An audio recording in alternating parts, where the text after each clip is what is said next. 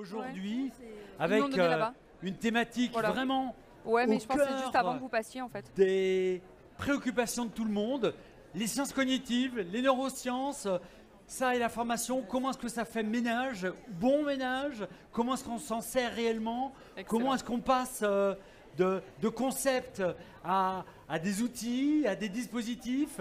Eh bien, pour attaquer cet après-midi qui va travailler sur ces sujets-là, et vous allez avoir des témoignages, vous allez avoir des retours d'expérience, eh bien, on va d'abord commencer par s'ouvrir le cerveau. Moi, je dis, on va décapsuler les têtes pour penser autrement.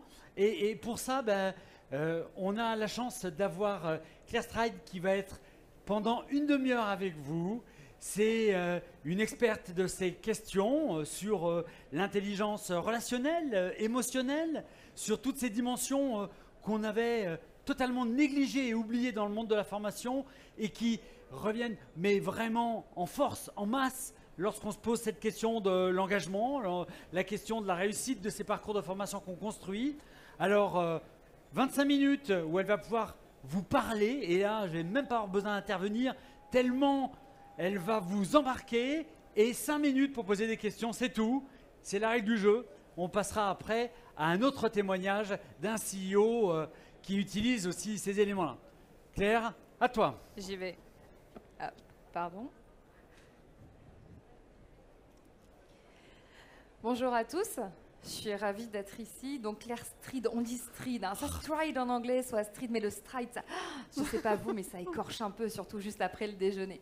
Donc je suis consultante spécialiste en neurosciences, tout ce qui est neuropédagogie également. J'accompagne aussi bien des dirigeants que des sportifs de haut niveau, des chefs étoilés et le commun des mortels. Je suis donc conférencière et auteure et je travaille ici avec Numix qui est sur le stand H22. Où justement on réussit à mettre les neurosciences au service de l'apprentissage. Alors, cet après-midi, on va commencer par expliquer que sont les neurosciences et à quoi ça peut nous servir effectivement dans nos logiques de digital learning. Les neurosciences, comme vous l'aurez compris, c'est avant tout une histoire de neurones, une histoire de signaux électriques et une histoire de chimie.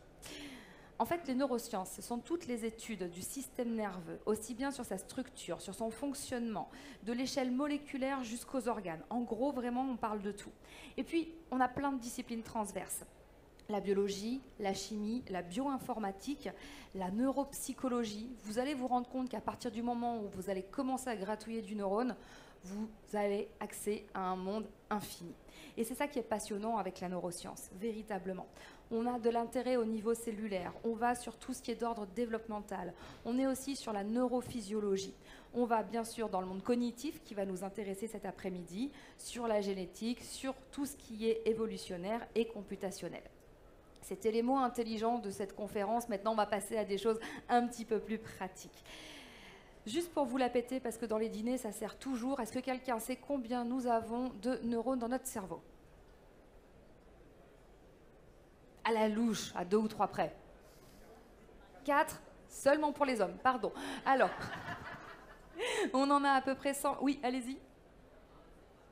100 milliards à la naissance, 86 milliards pour le reste du temps. On a de quoi faire de belles choses, ça c'est sûr. Tout ça, ça nage dans des cellules gliales, à peu près 1,5 fois le nombre de neurones. Et est-ce que vous savez où nous avons des neurones en dehors du cerveau ? Ça, vous le savez. Dans le ventre, ouais, à peu près 100 millions. Et où encore ? Voilà, dans le cœur. 40 000. Et en fait, ce sont ces 40 000 petits neurones qui vont être déterminants dans nos apprentissages. Je vous expliquerai ça tout à l'heure. Donc, des neurones dans la tête, dans le cœur, dans le bide. Quand on dit que c'est important d'être aligné tête, cœur, corps, vous commencez à comprendre le concept. Ce qui est intéressant, c'est de se dire ce que les neurosciences ne sont pas. Je suis désolée de vous l'apprendre, les neurosciences ne sont pas magiques. Les neurosciences ne sont pas la solution à tout. Et tout ce que nous savons n'est pas encore fini parce qu'on continue à avancer au fur et à mesure. Ce qui va nous intéresser, ça va être les neurosciences cognitives et les neurosciences affectives. Les neurosciences cognitives, c'est celles qui ont été mises en lumière dans les années 50. On a commencé à se rendre compte, grâce à des personnes qui ont eu de graves accidents, merci à eux, que en fait, si on commençait à triturer le cerveau de certains côtés, il y avait des choses qui se passaient au niveau de la mémoire, au niveau de la mémoire et au niveau des apprentissages et au niveau des émotions. Alors les sciences cognitives, quelles sont-elles? C'est toutes celles qui sont en lien avec la perception, donc la façon dont je perçois le monde.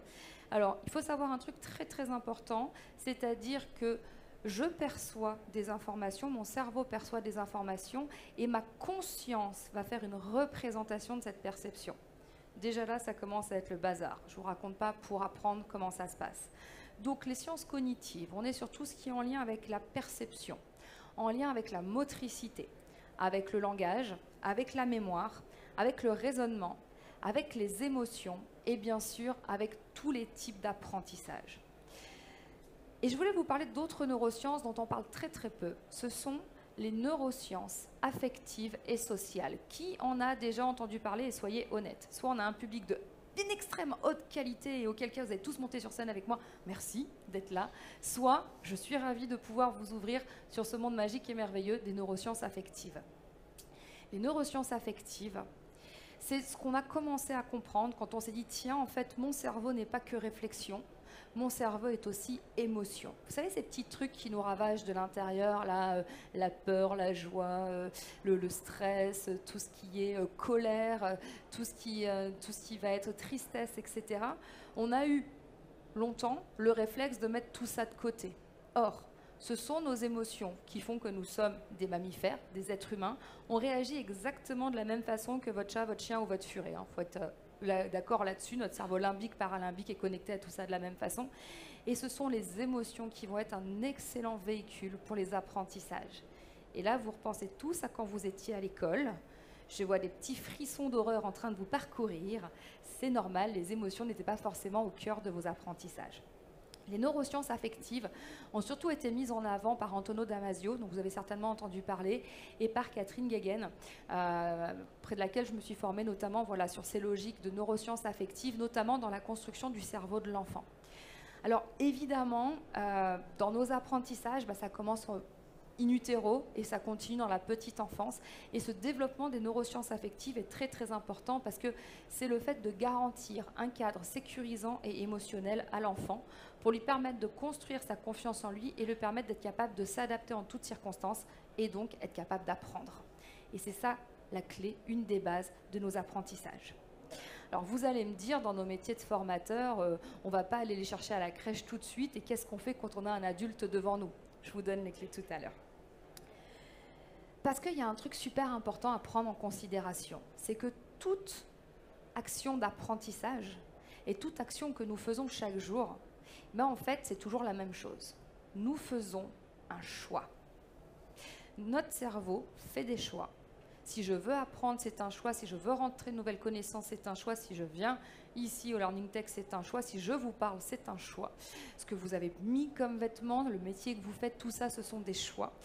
Et tout va se passer par rapport à ce choix. Et ce qu'il faut savoir, c'est que notre cerveau fait ce choix en 230 millisecondes. En 230 millisecondes, tout bascule. Ou pas, ça dépend de votre choix. Et tout ça, ça se passe de façon complètement inconsciente. Alors en général, on se prend la tête en se disant c'est trop compliqué, je ne sais pas comment je vais faire, etc. Il faut quand même savoir qu'à 99,749%, en gros à 99,8%, vous ne m'en voudrez pas pour l'arrondi, ça se passe de façon inconsciente. Ce qui veut dire que dans notre quotidien, on se prend la tête pour 0,2% de nos prises de décision. Ça relativise, on est d'accord. Mais ça veut dire que dans nos techniques d'apprentissage, c'est sur ces 0,2% qu'on va devoir aller s'appuyer pour être dans une démarche d'apprentissage conscient. Donc déjà, sachons que tout se passe par un choix. 230 millisecondes pour choisir si je vais boire, pas boire, si je vais parler, quel mot je vais dire, comment je vais me tenir, etc. Et dans ces 230 millisecondes, comment ça fonctionne? Je suis face à une situation, n'importe laquelle. Mon cerveau va commencer par créer la représentation de ce que potentiellement va se passer quand je vais faire ça. Imaginons, j'hésite à m'inscrire à une formation, je ne sais pas moi, sur le digital learning par exemple. Imaginons, comme ça. Ok, mon cerveau il est en train de se dire, ça va être quoi quand je serai formé ou ça va être quoi? Qu'est-ce qui va se passer quand je vais m'inscrire à cette formation? Il se fait son film. Alors, il faut savoir que c'est le Festival de Cannes pour l'instant. Nous sommes tous de très très très grands dramaturges. On est tout le temps en train de se faire des films, tout le temps en train de projeter des choses. Et ça aussi, c'est hyper important à prendre en considération dans vos techniques d'apprentissage. Donc mon cerveau, il commence à se faire un film. Ok, ça va se passer comment? Il va se passer ça. Bon, je vais analyser le truc, rationaliser, c'est bon, c'est pas bon pour moi, je prends ma décision. Allez, soyons fous, je vais m'inscrire à cette formation et du coup, je fais une réponse adaptative, je coche le truc et j'envoie le fichier. 230 millisecondes pour faire ça. On est super fort quand même. Hein, quand on nous dit qu'on ne sait pas faire un choix, franchement, je trouve qu'on est super fort. Ça, c'est la partie inconsciente. Pour les 0,2% qui restent, vous le savez, des fois, ça prend des années de faire un choix et des fois même au bout, on n'a pas réussi à choisir. Donc c'est ça qui est important à prendre en considération, c'est vraiment tous les mécanismes inconscients qu'on va avoir à l'intérieur du cerveau qu'il va falloir activer pour pouvoir rassurer la personne et la mettre en disposition d'apprentissage, voire en disponibilité d'apprentissage. Notre cerveau est une machine incroyable. On prend 35 000 décisions par jour, dont celle d'apprendre, dont celle d'écouter le formateur, dont celle de lancer notre module de formation en digital learning et celle d'aller se prendre un carré de chocolat après parce que c'était cool d'avoir suivi ça. 35 000 décisions par jour. Chaque seconde, notre cerveau reçoit 400 milliards de bits d'informations, c'est-à-dire 400 milliards d'impulsions de toutes les infos qu'il a à l'intérieur. Comment mes cellules vivent, est-ce que j'ai mes cils qui sont en train de pousser, est-ce que mes ongles ça se passe bien, est-ce que je respire comme il faut, ah tiens, hop là je viens d'avoir mon cœur qui bat. 400 milliards d'infos intérieures. Ajoutez à ça chaque seconde 11 millions d'infos extérieures. Des gens qui me regardent, une lumière, la chaleur, etc. Donc dans ces 400 milliards, 11 millions d'informations, va falloir que vous réussissiez à faire apprendre des choses aux gens. Ouais, on est tous des héros quand on a réussi à apprendre et quand on a réussi à faire apprendre quelque chose. Donc notre cerveau est tout le temps en train de fonctionner, tout le temps en train de se poser des questions, tout le temps en train de faire des choix. Pourquoi? Parce que le but ultime du cerveau, c'est pas de s'inscrire à toutes nos formations, c'est de survivre. Et c'est ça qui compte. Et mon mental, il est là juste pour me rappeler tout ce qui potentiellement va me mettre en danger. Alors, est-ce que le digital peut me mettre en danger? Va savoir, on ne sait jamais comment ça peut se passer. Mais ce qui est sûr, c'est que le but premier de mon mental, c'est de survivre. Et tout ce qui peut me mettre en danger, je l'écarte. Pour survivre, j'ai besoin de me nourrir. Et on le sait tous, on est aussi là pour assurer la perpétuation de l'espèce, donc on est aussi là pour se reproduire. Comment vous dire que survivre, se nourrir, se reproduire, on est loin des logiques d'apprentissage? Par contre, si je me rends compte qu'il y a des choses qui peuvent m'aider à pouvoir me nourrir, me reproduire et survivre, et bien ça, je vais l'apprendre plus rapidement. Quand on était dans la grotte, face à un petit godin de sable, c'était bien sympa de savoir comment on pouvait courir d'une certaine façon pour qu'il ne nous rattrape pas ou grimper dans un arbre, par exemple. Tout le reste, c'était un petit peu accessoire. Donc c'est là où on se rend compte qu'en fait, apprendre, c'est pas si évident. Même si notre cerveau est une éponge à apprentissage, si on s'y prend pas de la bonne façon, et la bonne nouvelle, c'est que c'est une façon différente par individu, courage, ça va bien se passer, et c'est là où on va avoir des atouts, et ben ça risque d'être compliqué. Donc dans nos apprentissages, c'est ça qui est hyper important. Et pour être sûr que ça fonctionne bien, il faut aussi prendre en considération que notre cerveau est un drogué. Ouais, on est tous des drogués. Drogués à la dopamine, drogués à la sérotonine, à l'ocytocine et aux endorphines. J'ai besoin d'avoir mon shoot de bonheur, j'ai besoin de me sentir comme quelqu'un de super puissant, j'ai besoin d'être dans la douceur et dans le lien avec les gens, et puis après j'ai besoin que ce soit tout cool par rapport à ça. Et c'est toute cette dynamique, toute cette chimie à l'intérieur du corps qui me permet d'être disponible ou pas pour un apprentissage, qui me permet d'être fière de moi, qui me permet de pouvoir avancer au quotidien. Et bien sûr, vous l'aurez compris, c'est là-dedans qu'on va trouver la clé de la motivation, élément très important si j'ai envie de pouvoir apprendre et de pouvoir faire quelque chose qui me permette d'avancer. Pourquoi? Parce qu'en fait, mon cerveau a besoin d'anticiper tout ce qui va passer. On l'a dit, hein, il se projette, il se fait son petit film, il regarde comment ça marche, et il va se dire, ok, je vais anticiper la potentialité de plaisir que je vais vivre dans la situation. Si jamais je me dis que ça va pas être si fun que ça de venir à cette conférence, je vais aller me prendre un café, rester dehors, profiter. Mais si jamais dans ma projection, je me dis waouh, je vais passer un super moment génial, je vais me bouger pour venir ici. Mon cerveau a une sainte horreur, que dis-je, une horreur, une aversion de malade mental pour l'effort et la contrainte. Et tous, hein, hommes, femmes, on est bien d'accord, c'est vraiment pour tout le monde. Notre cerveau ne supporte ni l'effort, ni la contrainte. Et c'est là où vous vous rendez compte que dans une logique d'apprentissage, ça prend tout son sens. On a un ratio hyper important que je vous invite à noter tout de suite. Ce ratio, c'est celui des ressources à fournir sur les ressources disponibles. Ma motivation, elle va être là. Si les ressources à fournir que j'ai sont moins grandes que mes ressources disponibles, en gros, si je ne puise pas toute mon énergie, si je ne vais pas être complètement crevée ou si je me rends compte que je n'ai pas assez d'énergie, eh ben c'est OK, je vais y aller. Mais si je me rends compte que le ratio entre les ressources à fournir, donc l'effort que je dois fournir, et l'énergie que j'ai, donc les ressources disponibles, bah si c'est complètement déséquilibré, alors autant vous dire que j'y vais pas du tout. Et on a presque tous vécu ça face à un exo de maths quand on était petit, ou par rapport à la disserte qu'il fallait rendre le lendemain, et tu regardes, tu fais « j'ai pas envie, j'ai pas le courage, non, je vais pas y arriver ». Et comme ça, on a créé cette situation qui est extrêmement démotivante. Donc ce ratio, il est hyper important parce que ça marche pour les formations, ça marche aussi par rapport à ce que vous allez faire au quotidien. Et je ne parle pas que de l'étagère que vous n'avez pas fixée depuis 3 ans chez vous, on est bien d'accord. Donc ce qui compte, c'est ça, c'est de prendre en considération cette logique d'effort. Mon cerveau ne supporte pas l'effort, ne supporte pas la contrainte. Alors si je dois fournir plus d'énergie que ce que j'ai de disponible, c'est mort, j'y vais pas. Et si on est en logique de formation, si le fait d'aller en formation ou rien que d'allumer mon ordinateur, je me dis déjà, non là, j'ai pas la foi, quoi, j'ai pas envie d'y aller. Vous allumez le truc, ça bug, vous ouvrez le fichier, ok, vous commencez, vous cliquez, vous cliquez, vous cliquez, le gars il est desséché au bout de 5 minutes. Hein. Et là, votre apprentissage, même si vous avez le meilleur digital learning du monde, le truc, ça fonctionnera pas. Donc ça, c'est hyper important d'être sur cette logique-là. Parce qu'on a besoin que ça fasse sens, on a besoin que ce soit cohérent, on a besoin de se sentir motivé et engagé. Pas de motivation, pas de sens, pas de cohérence, pas d'engagement, égale pas d'apprenant qui s'éclate. Et pour nous, c'est pas bon du tout.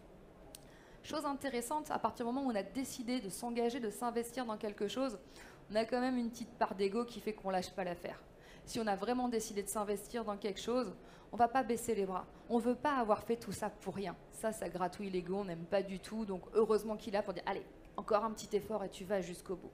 Et tout ça, c'est un rythme hyper important à prendre en considération dans nos formations. On a besoin d'être assuré de ce qu'on fait et d'être rassuré. Alors, dans le monde du numérique, dans le monde du digital, comment est-ce qu'on peut faire tout ça ? Ce qui est génial avec le digital dans les apprentissages, c'est qu'on peut faire des conditions d'apprentissage adaptées à chaque personne. Et on peut vraiment surfer sur la clé de l'apprentissage qui est le plaisir. Je peux m'éclater grâce à ceci. Alors on a des formateurs exceptionnels, peut-être comme vous et moi, mais le digital, c'est aussi chouette pour pouvoir s'éclater par rapport à tout ça. Et puis, on n'a pas encore le don d'ubiquité, donc c'est cool de pouvoir en faire profiter les autres. Dernier élément super important pour pouvoir aller au bout des choses, c'est le circuit de la récompense. Je vous l'ai dit, mon cerveau est un drogué. S'il n'a pas son shoot de dopamine, il n'avance pas. S'il n'a pas sa petite dose de « Waouh, j'ai réussi, j'ai compris le premier truc, c'était trop bien ». Hop, dopamine, s'il n'a pas ça, il continue pas. Et comme il aime gagner, c'est un petit peu comme un drogué devant une machine à sous. Hein. Tant qu'il gagne, il continue et il avance. Donc du coup, ce shoot de dopamine va faire la confiance, va venir renforcer la motivation dans l'apprentissage et vous aurez les apprenants les plus heureux du monde et en plus, ils deviendront compétents. C'est quand même chouette. Donc, vous comprenez, il n'y a plus besoin de le démontrer, toute l'importance de la ludification et de la gamification. Le jeu, mais vous comprenez aussi l'addiction qu'on peut avoir aux jeux vidéo et une grande addiction qu'on peut avoir aux réseaux sociaux quand on devient accro aux petits likes qu'on reçoit, au partage de trucs, à toutes ces notifications qui vivent partout sur LinkedIn, sur machin et tout ça, parce que ça vient nourrir aussi notre circuit de la récompense. À partir du moment où on s'intéresse à moi, on like un truc que j'ai fait, ou on partage un truc que j'ai fait, j'existe, c'est trop bien, shoot de dopamine. Et ça aussi, c'est à prendre en considération dans nos apprentissages. Donc tout ce que nous faisons a besoin d'une récompense. Si certains parmi vous un jour ont essayé d'éduquer un chiot, vous vous êtes rendu compte que c'est quand même vachement plus facile avec de la friandise que si on lui met des coups dans la tronche. On est tous d'accord. Ça marche pareil pour un apprenant. On a besoin d'être dans quelque chose qui le valorise, qui le met en avant et qui lui permet de se sentir bien. Donc on va chouchouter nos apprenants. On va mettre un focus sur les émotions et j'en reviens à ces fameuses neurosciences affectives alliées aux neurosciences cognitives. Cadre émotionnel et affect sécurisant. On va mettre notre apprenant dans un cocon de douceur pour qu'il arrive vraiment à se sentir à sa place par rapport à tout ça. Parce que comme je vous l'expliquais tout à l'heure, derrière chaque adulte, il y a un enfant qui allait à l'école. Il y en a pour qui ça s'est bien passé, heureusement. Mais j'aimerais juste savoir, là comme ça, qui a vécu des choses difficiles à l'école? Qui à un moment a été humilié, mis au banc du truc? Merci beaucoup d'avoir partagé tout ça. Ouais, allez non, en vrai, qui a mal vécu l'école à un moment dans sa vie? Ouais, merci, merci. Et c'est super important de le dire, j'ai rien contre l'école, juste on voit les dégâts que ça fait sur le cerveau aujourd'hui. Et derrière chaque apprenant, il y a le petit enfant intérieur qui va se rappeler qu'il s'est pris la honte en cours de maths ou en cours de bio un jour, et qui quand on va le remettre dans une situation d'apprentissage, va de suite s'enfermer dans l'échec et va pas vouloir avancer. Et ça, c'est hyper important à prendre en considération. Et je voulais vous parler d'un public formidable auquel j'appartiens, le monde magnifique des neuroatypiques. Les personnes dyslexiques, dyspraxiques, dyscalculiques, les hauts potentiels intellectuels, les hypersensibles, les TSA, donc ceux avec un trouble du spectre de l'autisme, et les TDAH, personnes avec troubles déficitaires de l'attention, avec ou sans hyperactivité. On est à peu près 25% de la population, n'ayez pas peur, ça veut dire que 1 sur 4, vous en faites partie, voire il y a peut-être une concentration un petit peu plus grande ici. Et en fait, on a un cerveau qui fonctionne différemment. Moi, j'ai 4 super pouvoirs: dyslexie, dyscalculie, haut potentiel intellectuel et hypersensibilité. Et je vais bien. Maintenant, ça va bien. Avant, c'était plus compliqué. Et en fait, je sais que j'ai jamais compris la méthode qu'on me donnait pour apprendre et que j'ai toujours appris toute seule. Je suis très autodidacte et à chaque fois qu'il a même fallu que je me forme dans le monde des adultes, c'était compliqué. J'adorais prendre un truc où je pouvais être en autonomie et surtout que personne vienne me saouler avec ce que je devais faire. Du coup, j'ai bien progressé. Mais c'est important de prendre en considération toutes ces spécificités neurocognitives parce que dans vos apprenants, il y a des gens comme ça. Et c'est là où le numérique, le digital permettent d'avancer pour sortir du trauma, de l'échec, de ce syndrome d'imposteur que vous pouvez trouver chez vos apprenants. Donc le digital va permettre de s'adapter en gamification, bien évidemment, mais aussi de travailler sur les couleurs. On sait qu'il y a des couleurs qui aident à apprendre, des couleurs qui font mal aux yeux, des couleurs qui sont difficiles. Un truc super important, et je ne sais pas si vous y avez déjà pensé, c'est le trajet que fait l'œil quand on est en train de regarder quelque chose. Soit quand on lit, soit quand on voit une vidéo. En fait, si je fais aller mes yeux dans tous les sens, je peux déclencher des crises d'épilepsie chez les gens, ou je peux perdre une partie en fait, de tout ce qui est transmis. Bien sûr, la facilité d'accès à l'écrit, la lumière, les émotions qui vont être ressenties quand on fait travailler les gens avec par exemple de la VR ou de la 3D. Tout ça, ça nous permet d'aller beaucoup plus loin en sécurisant l'apprenant et en lui donnant vraiment un environnement qui est fait juste pour lui. On peut aussi scaler les niveaux de difficulté. Et ça, c'est hyper important que chacun se sente à son propre niveau. Si on met quelqu'un face à une grande difficulté, il va avoir l'impression d'être au pied de l'Everest en tongs et autant vous dire qu'il ne va pas y aller. Et qu'il va plutôt reculer et qu'il va saboter tout le reste dans son apprentissage. Et ça, c'est important à prendre en considération. On est sur cette logique d'accompagnement, on fait grandir les gens, on leur permet d'acquérir de nouvelles connaissances et compétences. On est là pour les accompagner du mieux possible pour qu'eux se sentent autonomes et puissent aussi, pourquoi pas, un jour les transmettre. Et donc, on a tous ces outils qui sont formidables avec le digital. Moi, je trouve que c'est une libération dans les apprentissages. C'est un super complément avec l'humain pour pouvoir permettre à chacun d'apprendre à son rythme. Donc, pour moi, en fait, rendre le savoir accessible à tous, ça permet d'être, comme j'aime le dire, un peu moins con au quotidien. Et ça permet surtout d'être tolérant, d'être libre, d'être engagé dans le respect du fonctionnement des neurones de chacun. Ce qui compte le plus, c'est véritablement d'utiliser tous les outils qu'on a, que ce soit le numérique, que ce soit l'humain, que ce soit tout ce qu'on peut avoir ici. Et les neurosciences là-dessus sont vraiment, j'allais dire, une nouvelle façon de pouvoir avancer dans le respect de l'autre. On le sait, on parle beaucoup d'inclusion, de toutes ces choses-là. On voit le nombre de personnes qui sont présentes ici. Le digital learning, c'est un vrai sujet et ce n'est pas qu'une logique marketing. Il y a aussi cette possibilité de rendre accessible un savoir adapté à ceux qui ne pourraient pas forcément l'avoir et de toucher des personnes qu'on n'aurait pas forcément touchées. Donc, je compte sur vous pour véhiculer toutes ces belles idées. Je sais que vous allez avoir plein d'astuces avec l'intervenant juste après. Moi, j'avais envie de vous emmener en voyage dans vos neurones et de vous dire que vous avez quelque chose d'exceptionnel entre les oreilles. Merci beaucoup.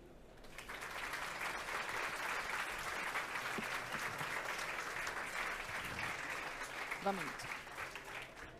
Merci beaucoup parce que c'est un regard différent qu'on avait envie de vous proposer avec Numix, avec qui travaille Claire au quotidien, avait envie de vous offrir parce que ça change du discours que l'on peut avoir de la techno qui permettrait de manière magique de tout résoudre. Non.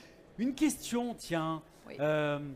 On sait par toutes les études sur l'échec du e-learning, dans le sens d'aller mettre des ressources à disposition et dire on a fait notre boulot, on a mis un catalogue, on a mis un LMS et maintenant à vous de vous former. Si vous ne les formez pas, ben, c'est vous les fautifs. On sait que dans l'analyse du pourquoi ça ne marche pas, cette situation d'auto-formation, elle est vécue comme une situation d'auto-abandon par de très nombreuses personnes. Totalement. Alors, comment est-ce qu'on peut répondre à ça ? C'est ce que, merci beaucoup de poser la question, elle est hyper importante. C'est, y a toujours cette notion de je suis volontaire pour aller apprendre, je suis volontaire pour monter en compétences. Si j'ai l'impression que mon employeur s'achète une bonne conscience en me mettant devant une plateforme LMS, je vais juste avoir une pression complémentaire sur les épaules et je vais me sentir tout seul. Et on va te dire oui, vas-y, appelle la hotline, ça va se passer tout seul. Non, c'est pas possible. On a besoin, non pas dans un monde magique et merveilleux, mais dans une réalité de prise en considération de l'humain dans toute logique de formation, de co-construire le parcours avec l'apprenant. Alors je sais que quand on est dans des grands groupes à 8 000, 10 000, 50 000 personnes, c'est un peu compliqué de prendre les 50 000 personnes par la main, mais c'est pour ça qu'on a des relais en fait en interne et qu'il est important d'expliquer le pourquoi on va faire ça, comment on met les outils à disposition, qu'est-ce qu'on attend de la personne, qu'est-ce qu'elle va en retirer et elle, qu'est-ce qu'elle en attend pour pouvoir lui permettre d'être autonome avec ça. On ne balance pas quelqu'un comme ça tout seul en disant vas-y, allez, démerde-toi et tu vas apprendre. Il n'y a rien de pire pour le bloquer. Autre approche, l'autre approche, c'est que, on le sait très bien avec ces 2 dernières années où il n'y a pas eu le salon et où évidemment on n'a parlé que d'une chose, de la continuité pédagogique grâce à la classe virtuelle, puisqu'on a résumé le digital à la classe virtuelle, eh bien on a opposé le distanciel et le présentiel, on a opposé l'humain au digital. Et dans ce que j'entends, on voit bien que le digital et l'humain ne peuvent pas s'opposer, mais doivent au contraire être complémentaires. Donc, aller utiliser le potentiel du digital sans oublier l'humain, c'est déjà re-rentrer dans son corps et revoir chacun des apprenants comme des êtres humains. Tout à fait, et c'est là, bon après, je veux dire, chacun a fait comme il a pu, on ne s'attendait pas à vivre ces 2 années, on a appris au fur et à mesure, mais on ne peut pas tout substituer, et c'est sûr qu'on ne peut pas remplacer l'humain par une machine si on n'a pas appris à ce que l'humain soit remplacé par une machine. C'est-à-dire qu'on n'apprend pas du tout de la même façon en présentiel et en virtuel. L'apprendre à apprendre est fondamental, l'apprendre à apprendre seul est fondamental, l'apprendre à apprendre en ligne est fondamental aussi. Tous ces gamins et même ces adultes qui se sont retrouvés du jour au lendemain à devoir apprendre différemment derrière un écran, avec ou sans reste de leur tenue bien évidemment, on ne savait pas quoi faire, on ne savait pas comment faire. Il y avait juste une logique de un temps de connexion, je te balance la donnée, je te balance l'info et tu te débrouilles. Déjà qu'on était en stress avec ce qu'on vivait, donc le cerveau n'était pas disponible pour pouvoir apprendre. Et je vous l'ai dit plusieurs fois, le cerveau est disponible pour apprendre, sinon ça ne marche pas. Forcément, il est complètement perdu. Donc pour moi, on est sur une belle alliance entre le digital et l'humain, cette interface homme-machine qui permet de grandir et d'aider chacun. Le micro est pour vous. Quelle question vous voulez poser à Claire? On a 5 minutes, il faut en profiter. Hop. Merci beaucoup. Je voulais simplement revenir sur la partie, sur la notion de dopamine. Vous parlez de le lien entre les récompenses et la dopamine. Est-ce qu'on n'est pas condamné quand on utilise ce mécanisme de reconnaissance d'aller toujours plus loin, d'augmenter toujours la récompense pour toujours fournir la dopamine suffisante pour continuer? Eh ben, je vous remercie de nous amener dans notre sordide condition humaine, hein, évidemment. Voilà, donc non seulement on est drogué, mais en prime, ça ne va pas s'arranger quand on va avancer. Donc oui, en fait, c'est le fonctionnement naturel de notre cerveau. On n'est pas des gens exceptionnels, hein. On survit et on est tout le temps en train de chercher soit la satisfaction, soit d'éviter quelque chose qui va nous déplaire. Donc, en mode brut, on va dire. On est effectivement dans cette logique dopamine, dopamine, dopamine, dopamine. On en a besoin pour se construire, pour avoir la confiance en nous. Puis à un moment, on va passer dans la partie du cerveau qui se développe, qui a 25 ans, courage si vous avez des ados, la partie du cortex préfrontal qui nous permet de prendre du recul par rapport à tout ça et de se poser une question comme vous venez de le faire. Et se dire, si je sortais un peu de ma condition primitive, peut-être que la vie serait plus chouette et que je pourrais accepter ce que je vis. Mais effectivement, ça demande une prise de conscience, sinon on est des éternels insatisfaits, des grands consommateurs, etc. Vous avez compris où je veux en arriver. Merci d'avoir posé la question. Par contre, dans l'apprentissage, la dopamine, c'est hyper important. Le circuit de la récompense va donner confiance en l'individu pour qu'il apprenne. Et un temps super important, et ça dans toutes les formations qu'on fait, c'est le moment où on se dit « j'ai réussi ». Et ça, c'est hyper important de l'engrammer profondément parce que vous solidifiez la confiance en soi et vous permettez à la personne de dire « Ok, je vais pouvoir aller plus loin et là, pour son bien et pas en mode automatique de droguer ». Et après, on peut rajouter la reconnaissance, la valorisation faite par le manager, par l'organisation qui vient rajouter en plus cette dimension fondamentale. D'autres questions? Mais madame devant. Bonjour, moi j'ai la question inverse. On a essayé par exemple de demander à nos collaborateurs de trouver un temps dans leur agenda qu'on pouvait leur mettre et qu'ils pouvaient déplacer. Et les gens qui n'arrivaient pas à prendre ce temps qui leur poussait, quelque part, ils arrivaient à un moment de rejet en fait, du contenu, justement parce qu'ils étaient en échec, alors que ça avait été construit avec eux. On a fait des questionnaires avant, qu'est-ce qui pourrait vous aider, comment on peut... Voilà. Alors, où est-ce que se situe la bascule? Bienvenue chez l'humain inconstant. En fait, la bascule, ça va vraiment être au cas par cas. Ce qui est intéressant à voir, c'est qu'est-ce qui fait qu'ils n'ont pas trouvé le temps, qu'ils n'ont pas choisi d'accorder le temps, qu'ils n'ont pas voulu. Là, ça va être dans leur logique de priorité. Et si dans leur priorité, ils ont bien voulu répondre à votre questionnaire, c'était OK, sur le principe, ils sont complètement OK avec le projet d'entreprise pour les autres. Par contre, pour ce qui les concerne, eux, il y avait peut-être des choses plus importantes. Et là, on se met une pression tout seul. Et c'est là aussi d'où ce qui fait sens, ce qui est cohérent, ce qui motive. Je vous parlais du ratio tout à l'heure entre l'effort à fournir et la ressource disponible. Eux, clairement, pour ça, ils n'avaient pas envie ou ne pouvaient pas allouer de ressources. Vous leur avez demandé pourquoi ils n'ont pas trouvé le temps? Et vous pouvez nous dire ce qu'ils ont répondu? Business? Et voilà. Donc la priorité, le shoot de dopamine, c'est la thune. Donc, ouais, alors ça marche pas bien, la punition. Non, alors le fouet, il faut l'arrêter en entreprise, on est bien d'accord? Bon, je vous entends pas par contre. Oui, et le côté business, il est effectivement dans je mets des coups, sinon ça marche pas. Donc, ils sont à la fois en situation de stress et de peur. On a une chose qui s'appelle l'aversion à la peur. Votre exemple est génial, parce que je vais pouvoir vous dire quelque chose qui va tous vous aider. En fait, il faut savoir qu'on a toujours peur de perdre ce qu'on a. Le business, par exemple. Et pour accepter de lâcher un truc qu'on a, il faut que le machin en face, il soit 2,7 fois plus intéressant. Ouais, c'est mort s'il n'y avait pas une prime. 2,7 fois plus intéressant que le truc qu'on va lâcher. C'est le biais cognitif d'aversion à la perte. Et là, vous avez votre réponse. En gros, qu'est-ce que ça allait leur apporter de suivre le truc que vous aviez prévu par rapport à ce qu'ils allaient gagner avec le business? Si c'est pas 2,7 fois plus intéressant, tant pis. Mais c'est gentil à vous d'avoir essayé. C'est super important de le prendre en considération. Donc là aussi, il faut voir aussi ce qui fait sens pour chacun. Et c'est pour ça que vous vous rendez compte qu'on ne peut pas avoir une réponse universelle et qu'on a vraiment besoin d'aller au cas par cas, ce que permet de faciliter le digital. Dernière question peut-être? Oui, une dernière question. Allez, je vais faire au plus près. Je suis professeur et on est en concurrence pendant les formations avec les téléphones portables et ainsi de suite. Et donc c'est l'enfer. Alors soit on les traite comme des gamins et au collège on les met dans des trucs, mais c'est l'enfer, ou on laisse faire et les résultats ne sont pas au rendez-vous. Qu'est-ce que vous proposez pour contrer ce biais? Alors, je crois que si j'avais la solution, j'aurais monté une entreprise qui ferait que je serais millionnaire, mais je veux bien qu'on y réfléchisse tous ensemble.